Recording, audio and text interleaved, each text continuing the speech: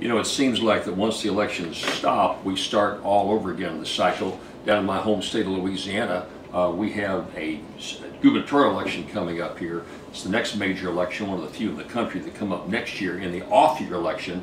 So many of you throughout the country had your gubernatorial election at the same time as the congressional election here, the first Tuesday in November. We do it a little differently down here in Louisiana. We have Saturday elections versus Tuesday.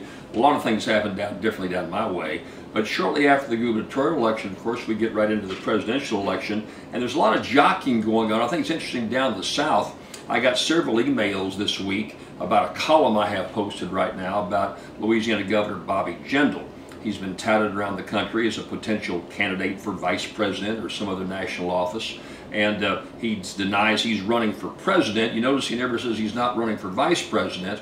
Realistically, I think Jindal knows he'd have a huge fight to get the presidential nomination, but he can deny any interest in the presidential election, still be a little coy about vice president, and have the option of being picked for a ticket if that opportunity would be there for him. And it certainly could be. I mean, look, if you can pick Sarah Palin to be the vice presidential candidate for the Republicans, and I'm not putting her down, she just was an unknown minor governor who had not distinguished herself at all up in Alaska, and all of a sudden she's on the vice presidential ticket, and now she's a leading candidate for president this next time around. So you can't underestimate a small state governor with not a lot of experience, which is basically what Jindal is.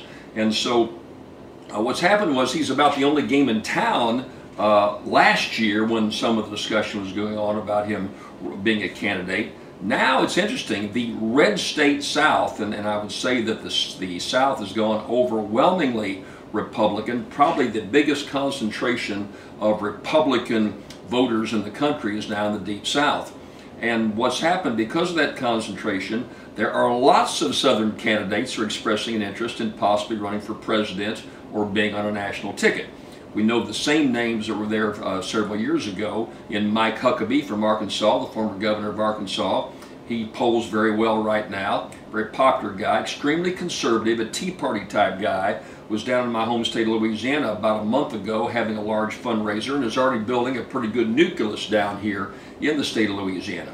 So you've got Huckabee, you've got Newt Gingrich from Georgia, former Speaker of the House who is a perennial candidate, writes lots of books, the idea guy, has some personal baggage that probably will keep him from getting a nomination, but as I said in my column this week, he's going to say he'll make a decision by early spring, and if he announces it'll be sometime this spring. So those two Southern candidates we've had all along, and you throw Jindal in the mix.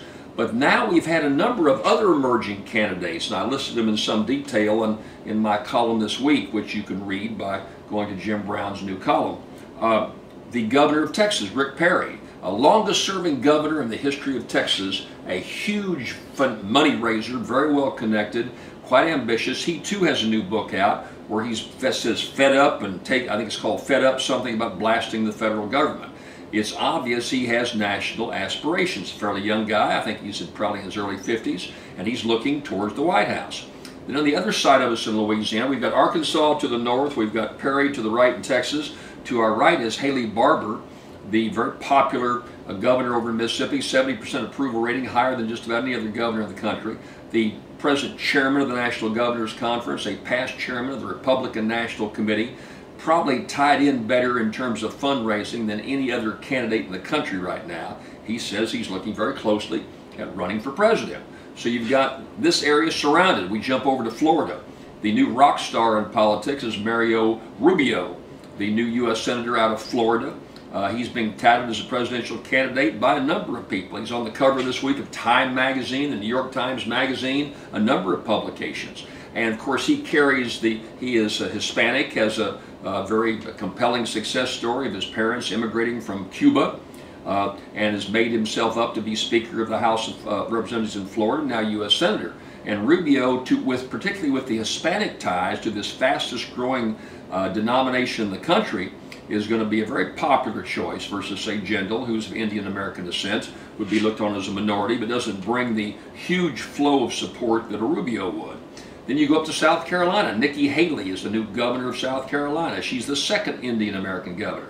I saw, by the way, that she's going to make a very early trade mission to India to try to develop a relationship that means dollars to South Carolina, something that Jindal has not sought to do. She's also at the same age as Jindal, young. Rubio's only 37. He's younger than Jindal. So you look at all these folks, and we've got a whole proliferation of candidates coming out of the South today. It's going to be very crowded, I think, because of the concentration of votes out of the South and new faces. So to say that anyone's got the edge or the lead is not being realistic. It's going to be a real barn burner, a real knockdown, drag out from the top of the ticket on down.